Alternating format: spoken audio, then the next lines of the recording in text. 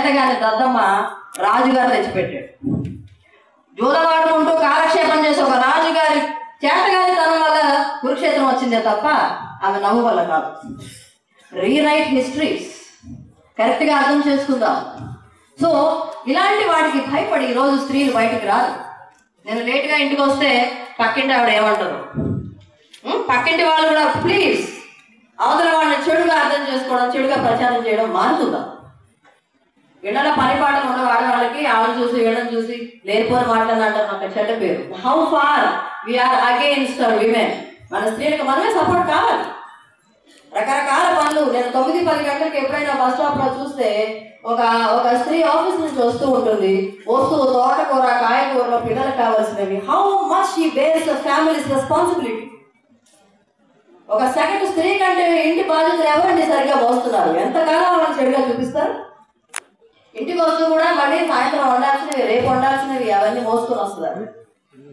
ఇంట్లోకి రాగానే maybe 1% or 2% men are there who makes a coffee for his wife. ఇంట్లోకి రాగానే చెప్పిడిచి కాళ్ళు చేతులు కడుక్కున్న వాడికి వంటగదిలోకి వెళ్ళి భర్తకి కాఫీ పెట్టుకుని తీసుకురాలి. బయలాజికల్ గా బోల్డ్ అనే ప్రాబ్లమ్స్ ఉంటాయి. ఆమె ఏజ్ అయ్యేకొంది పిల్లల కన్నా తర్వాత రకరకాల సమస్యలు లోన్ అవుతూ ఉంటుంది. ఆ సమస్యల గురించి అసలు మాట్లాడొచ్చు అనేదే లేదు ఇంతవరకు. సో మీ పిల్లలకి మీరు చెప్పండి, మనం పడ్డ బాధలు మన పిల్లలు పడకూడదు అన్న సంగతి మన పిల్లలకి చెప్పాలి. You will be going through all these problems. ఇవి వస్తాయి, నువ్వు జాగ్రత్తగా ఉండు, నాకు చెప్పు, నాతో పంచుకో. Let us not judge others. అవతల వాళ్ళు ఎప్పుడు వస్తున్నారు, ఎప్పుడు వెళ్తున్నారు, ఎప్పుడు ఇంటికి వస్తున్నారు, ఆమె ఏం చేసి ఉంటుంది, ఎవరి జీవన సమరం వాళ్ళదే. So let us not judge other women. ఆ అపవాదం ఏదైతే ఉందో అది తొలగించుకుందాం. సాటి స్త్రీలను గౌరవంగా చూద్దాం. వేరే వాళ్ళ జీవితాలకు తొంగి చూసి వాళ్ళ జీవితాలని అనవసరంగా బయట పెట్టి ఇబ్బంది పెట్టి వాళ్ళని బాధలు పెట్టొద్దు.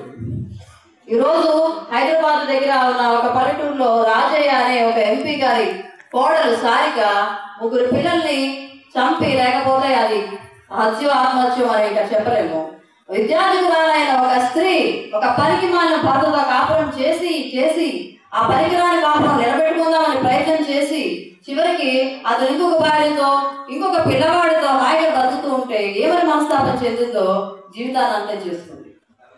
30 ఏళ్ళు కూడా ఉన్నాయో లేదో 3 పిల్లలతో పాటుగా మాడి మసైపోయింది. నిన్న మొన్న మనం ప్రభుత్వాలు పొగుడుతున్నాం, నేను పరిగెట్టుకుని పొగిడే కార్యక్రమం పెట్టుకోనండి. If they do it well నేను చెప్తానేమో కానీ మన ప్రభుత్వం ఇది కాబట్టి నేను పొగడతాం అనేది నేను చేయను. ఒక ఎంఆర్ఓ గారిని ఈడ్పించారు ఒక ముఖ్యమంత్రి గారు. ఒక స్త్రీ ఒక గవర్నమెంట్ కోసం పోరాడుతుందా, ఇసుక మాఫియా గురించి ఆవిడ పోరాడుతుంటే ఆవిడ్ని ఈడ్పించి అవమానింపు చేశారు. ఎక్కడుంది స్త్రీకి రెస్పెక్ట్? ఇక్కడ స్త్రీకి అవమానాలు తప్ప ఎక్కడుంది రెస్పెక్ట్? నాకు చూపించండి.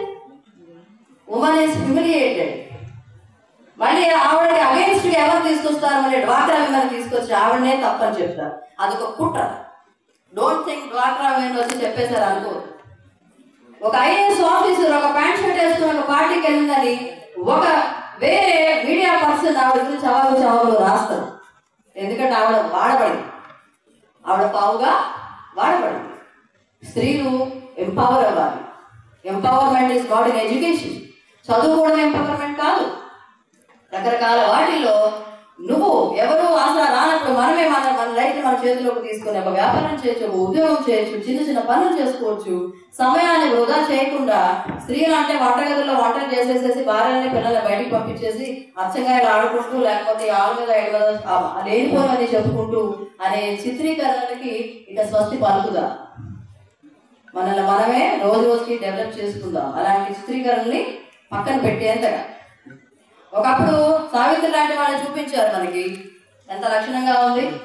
ఆలయాన్ని వెలిసిన ఆ దేవుని రీతి అనేది విన్నాము. ఈరోజు ఎంపవర్డ్ గా ఉండండి, ఫ్రీగా ఉండండి, హాయిగా ఉండండి అంటూనే స్త్రీని ఇంకొక బొమ్మ చేసి ఆడించే సినిమాలు మళ్ళీ మనం చూస్తున్నాం.